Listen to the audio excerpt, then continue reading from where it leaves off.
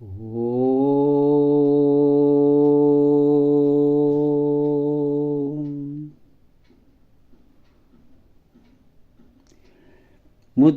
ರಾಮ ಮಂಜರಿ. ಇವತ್ತಿನ ದಿವಸ ನಾನು ಹೇಳ್ತಾ ಇರೋದು 16ನೇ ಪ್ರಕರಣ, 49ನೆಯ ದಿನದ ಸಾಹಿತ್ಯ ಸತ್ಸಂಗ ಇದು. ಶಿರೋನಾಮೆ, ಈ ಪ್ರಕರಣದ ಶಿರೋನಾಮೆ ಭುವನ ಭಾಗ್ಯವೋ ಕಾವ್ಯ. ಭುವನ ಭಾಗ್ಯವೋ ಕಾವ್ಯ. ಏನು ಅದ್ಭುತ ಶಿರೋನಾಮೆ ಇದೆಯೋ. ಈ ಶಿರೋನಾಮೆ ಓದಿದ ಕೂಡಲೇ ನನಗೆ ನೆನಪಾಯಿತು. ಬರೀ ನೆನಪಲ್ಲ, ನಾನೊಂದು ಪವಿತ್ರ ಭಾವವನ್ನೇ ತಾಳಿದೆ. ಯಾಕಂದರೆ ವರಕವಿ ಶ್ರೀ ಬೇಂದ್ರೆಯವರನ್ನು ಕುರಿತು ಆ ಮಹಾನ್ ಸಾಹಿತಿ, ದ್ವಿಭಾಷಾ ಸಾಹಿತಿ ಅನ್ರೇನ್ರಿ, ಬಹುಭಾಷಾ ಸಾಹಿತಿ ಅನ್ರಿ, ಶ್ರೀ GS ಆಮೂರವರು ಬರೆದಂಥ ಅಪೂರ್ವ ಗ್ರಂಥ ಭುವನದ ಭಾಗ್ಯ. ಈ ಭುವನದ ಭಾಗ್ಯಕ್ಕೆ ಕೇಂದ್ರ ಸಾಹಿತ್ಯ ಅಕಾಡೆಮಿ ಪ್ರಶಸ್ತಿ ಬಂತಿಷ್ಟ ಅಲ್ಲ, ಅದು ಸಾಕಷ್ಟು ಪ್ರಕಟಣೆಗಳನ್ನು ಅದು ಈಗ ಕಂಡಿದೆ. ಇರಲಿ, ಆದರೆ ಆಶ್ಚರ್ಯ ಅನಿಸೋವಂತಂದ್ರೆ, ನಾನು ಶ್ರೀ ಆಮೂರವರನ್ನು ಮಂಕುತಿಮ್ಮನ ಕಗ್ಗದ ನಮ್ಮ ಶ್ರೀ ನರಸಿಂಹ ಭಟ್ಟರು ಕಾಸರಗೋಡಿನವರು ಮಾಡಿದಂಥ ಅನುವಾದ ದಸ್ ಸ್ಯಾಂಗ್ ಮಂಕುತಿಮ್ಮ ಅನ್ನೋದನ್ನು ಕೊಟ್ಟಯಿಸಿದ್ದೆ ಅವರ ಅಭಿಪ್ರಾಯಕ್ಕೆ. ಒಂದು ವಾರದಲ್ಲೇ ಅವ್ರ ಉತ್ತರ ಬಂತು. ಎಷ್ಟೊಂದು ಅದ್ಭುತವಾಗಿ ಇವರು ಅನುವಾದ ಮಾಡಿದಾರಲ್ಲ, 945 ಚೌಪದಿಗಳನ್ನು. ಅವರಿಗೆ ನನ್ನ ಅಭಿನಂದನೆಗಳನ್ನು ತಿಳಿಸ್ರಿ ಅಂಥೇಳಿ ನನಗೆ ಪತ್ರ ಬರೆದು ತಿಳಿಸಿದರು. ನಾನಂದೆ, ಸರ್, ನನಗೆ ತುಂಬ ಸಂತೋಷ ಆಯಿತು ನೀವು ಇದನ್ನು ಮೆಚ್ಚಿದ್ದಕ್ಕೆ ಅಂಥೇಳಿ ಅವ್ರಿಗೆ ನಮಸ್ಕಾರ ಮಾಡಿದೆ, ಅಲ್ಲೇ ಫೋನ್ ಮುಖಾಂತರ. ನಂತರ ಅನೇಕ ವಿಮರ್ಶಾ ಗ್ರಂಥಗಳು ಶ್ರೀ ಆಮೂರವರಿಂದ ಈ ವರಕವಿ ಬೇಂದ್ರೆ ಅವರನ್ನು ಕುರಿತು ಪ್ರಕಟ ಆದವು. ನಾನು ಬೇಂದ್ರೆ ಅವರ ಅಭಿಮಾನಿ. ವಿಶೇಷತಃ ನನ್ನ ಮದುವೆಯಲ್ಲಿ ನನ್ನ ಕೈಯಲ್ಲಿ ಅವರು ಮುಕ್ತ ಕಂಠ ಅಂಥೇಳಿ ಅವರು ತಮ್ಮ ಕವನ ಸಂಕಲನವನ್ನು ಕೊಟ್ಟಿದ್ದರು.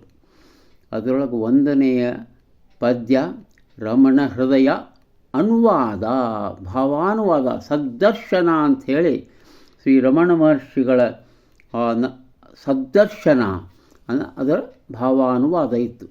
50 ನುಡಿಗಳು, 4 ಸಾಲಿನ, ಅಂದರೆ 200 ನುಡಿ, 200 ಸಾಲುಗಳಾದ ಒಟ್ಟು. ನಮ್ಮ ಶ್ರೀ ಆಮೂರವರು ತಮ್ಮ ವಿಮರ್ಶಾ ಗ್ರಂಥಗಳಲ್ಲಿ ಈ ವಿಷಯವನ್ನು ರಮಣ ಹೃದಯ ಕುರಿತು ಏನೂ ಬರೆದಿರಲಿಲ್ಲ. ನನ್ನ ಹತ್ರ ಅವ್ರ ಮೊಬೈಲ್ ಫೋನ್ ಇತ್ತು. ನಾನು ತಕ್ಷಣ ಅವರಿಗೆ ಮೊಬೈಲ್ ಮೂಲಕ ಮಾಡೇ ಬಿಟ್ಟೆ, ಧೈರ್ಯ ತಾಳಿ.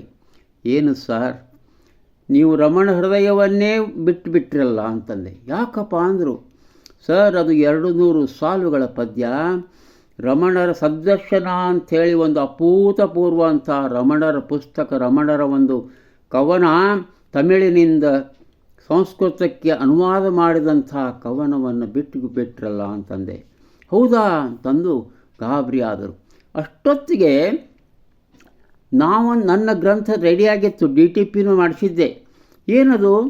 ಸದ್ದರ್ಶನವೇ ರಮಣ ಹೃದಯ. ಅದು ಪ್ರಕಟಣೆಗೆ ಒಪ್ಪಿಗೆಗಾಗಿ ಕಾಯ್ತಾ ಇತ್ತು. ನನ್ನ ದುರ್ಭಾಗ್ಯಕ್ಕೆ ಅದು ಲಘುನ ಸಿಗಲಿಲ್ಲ. ಆವಾಗ ನಾನು ಜಿರಾಕ್ಸ್ ಮಾಡಿಸಿ ನನ್ನ ಪುಸ್ತಕವನ್ನು ಅವರಿಗೆ ಕೊಟ್ಟು ಕಳಿಸಿಬಿಟ್ಟೆ. ಯಾರಿಗೆ? ಶ್ರೀ ಆಮೂರವರು ಬೆಂಗಳೂರೊಳಗಿದ್ದರು, ಅವರು ತಮ್ಮ ಮಗನ ಮನೆಯಲ್ಲಿ ಆ ಸಂದರ್ಭದಲ್ಲಿ. ಆವಾಗ ಅವರನ್ನು ಓದಿ ಸಂತೋಷಪಟ್ಟು, ಇಷ್ಟ ಅಲ್ಲ, ನನಗೆ ಇಮಿಡಿಯೇಟ್ಲಿ ಫೋನ್ ಮಾಡಿ ಅಭಿನಂದನೆಯನ್ನು ಸಲ್ಲಿಸಿದರು. ಆಮೇಲೆ ನನ್ನ ಲಕ್ಷ್ಯಕ್ಕೆ ತಂದೆಯಲ್ಲಪ್ಪ ಅಂತಂದರು. ಆವಾಗ ಅವರು ಏನು ಮಾಡ್ತಾಯಿದ್ರು ಗೊತ್ತಾ? ಅವರು ಬೇಂದ್ರೆಯವರ ಸಮಗ್ರ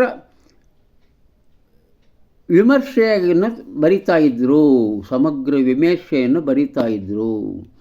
ಆವಾಗ ಹೇಳಿದರು ಅವರು ನನಗೆ, ದೇಸಾಯಿ ಅವರೇ, ನಾನು ನಿಮ್ಮ ರಮಣ ಹೃದಯ ಕುರಿತು ಒಂದು ದೊಡ್ಡ ಆರ್ಟಿಕಲ್, ಒಂದು ಸಾಧಾರಣ 3-4 ಪುಟದ ಆರ್ಟಿಕಲ್ ಬರೆದು ನನ್ನ ಬೃಹತ್ ಪುಸ್ತಕದಲ್ಲಿ ಸೇರಿಸ್ತೇನೆ ಅಂತ ಹೇಳಿದರು. ನನಗೆ ಭಾಳ ಸಂತೋಷ ಅನ್ನಿಸ್ತೇವೆ.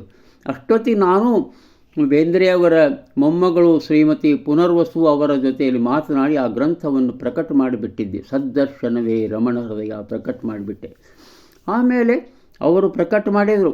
ನಾನು ಅದು ಹುಬ್ಬಳ್ಳಿಯ ನನ್ನ ಸ್ನೇಹಿತ ಶ್ರೀ ಸುಬ್ರಹ್ಮಣ್ಯ ಸಾಹಿತ್ಯ ಪ್ರಕಾಶನ್ ಅವರಿಂದ ಅದು ಪ್ರಕಟ ಆಯಿತು. ಇದು ಬೃಹತ್ ಗ್ರಂಥ, ಸಮಗ್ರ ಬೇಂದ್ರೆ ವಿಮರ್ಶೆ. ಎಷ್ಟದು ನೋಡಿ, 10,032 ಪುಟಗಳ ಬೃಹತ್ ಗ್ರಂಥ ಇದು. ವರಕವಿ ಬೇಂದ್ರೆಯವರ ಸಮಗ್ರ ಬೇಂದ್ರೆ ವಿಮರ್ಶೆ. ಇದರಲ್ಲಿ ಅನುವಾದ ಪ್ರಕರಣದಲ್ಲಿ 4ನೇದಾಗಿ ಈ ರಮಣ ಹೃದಯವನ್ನು ವಿಸ್ತಾರವಾಗಿ 3-4 ಪುಟಗಳಲ್ಲಿ ಅವರು ಬರೆದಿದ್ದಾರೆ. ಅದರಲ್ಲಿ 3-4 ಕಡೆ ನನ್ನ ಹೆಸರನ್ನು ಅವರು ಶ್ರೀಯುತ ಆಮೂರವರು ಹಾಕಿದ್ದಾರೆ. ನನಗೆ ಬಹಳ ಸಂತೋಷ, ತುಂಬ ಕೃತಜ್ಞತೆಗಳು.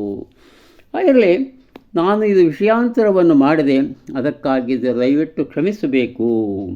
ಯಾಕಂದ್ರೆ ಆ ಭುವನದ ಭಾಗ್ಯ ಅನ್ನುವಂಥ ಗ್ರಂಥ ಇಲ್ಲಿ ಏನು ಮಾಡ್ತು, ಭುವನ ಭಾಗ್ಯವೋ ಕಾವ್ಯ ಅನ್ನುವುದರ ಒಂದು ನೆನಪನ್ನು ನನಗೆ ಒಟ್ಟಿಕೊಡ್ತು. ಈ ಭುವನ ಭಾಗ್ಯದ ಕಾವ್ಯ ಅಂತದಲ್ಲ, ಏನಿದು ಭುವನ ಅಂದರೆ ಏನಪ್ಪ, ಭುವನ ಅಂದರೆ ಏನು ಕೆಲವೊಮ್ಮೆ ಕೇಳ್ತಾರೆ ಕೆಲವರು. ಭುವನ ಅಂದರೆ ಈ ಜಗತ್ತು, ಪ್ರಪಂಚ, ಭೂಮಿ, ಮನುಷ್ಯ ವರ್ಗ, ಜನತೆಗೂ ಅಂತಾರೆ. ಆಮೇಲೆ ನೀರಿಗೂ ಭೂಮಿ, ಇದು ಭುವನ ಅಂತಾರಂತ. ನೀರು ಭುವನ ಅಂತ ಹೆಸರದ. ಭಾಗ್ಯ, ವಿಧಿ, ಹಣೆ ಬರಹ, ಅದೃಷ್ಟ, ಸುದೈವ, ಸಿರಿ, ಐಶ್ವರ್ಯ, ಸುಖ, ಶ್ರೇಯಸ್ಸು, ಇಷ್ಟೆಲ್ಲ ಅರ್ಥವನ್ನು ಭಾಗ್ಯ ಒಂದು ಪದ ಹೊಂದಿದೆ. ಕಾವ್ಯ ಅಂದರೆ ಏನು? ಓರ್ವ ಕವಿಯ ರಚನೆಗೆ ಕಾವ್ಯ ಅಂತಾರೆ, ಅಥವಾ ಕವಿತೆಯನ್ನು ಅಂತಾರೆ. ಇಷ್ಟೊಂದು ಇದು ಅರ್ಥವಿನ್ಯಾಸ, ಇದು ಅತ್ಯಂತ ಸರಳವಾಗಿವೆ. ಈ ಭುವನ ಭಾಗ್ಯವೋ ಕಾವ್ಯ ಪ್ರಕರಣದಲ್ಲಿ 82 ಚೌಪದಿಗಳಿವೆ. 82 ಚೌಪದಿಗಳಿವೆ. ನಾವು 1ನೇ ಚೌಪದಿಯನ್ನು ಓದ್ತೇನೆ. ಶಿರೋನಾಮೆಯ ಕೆಳಗಿನ ಚೌಪದಿ ಇದು. ಇದಕ್ಕೆ ನಂಬರ್ ಇಲ್ಲ.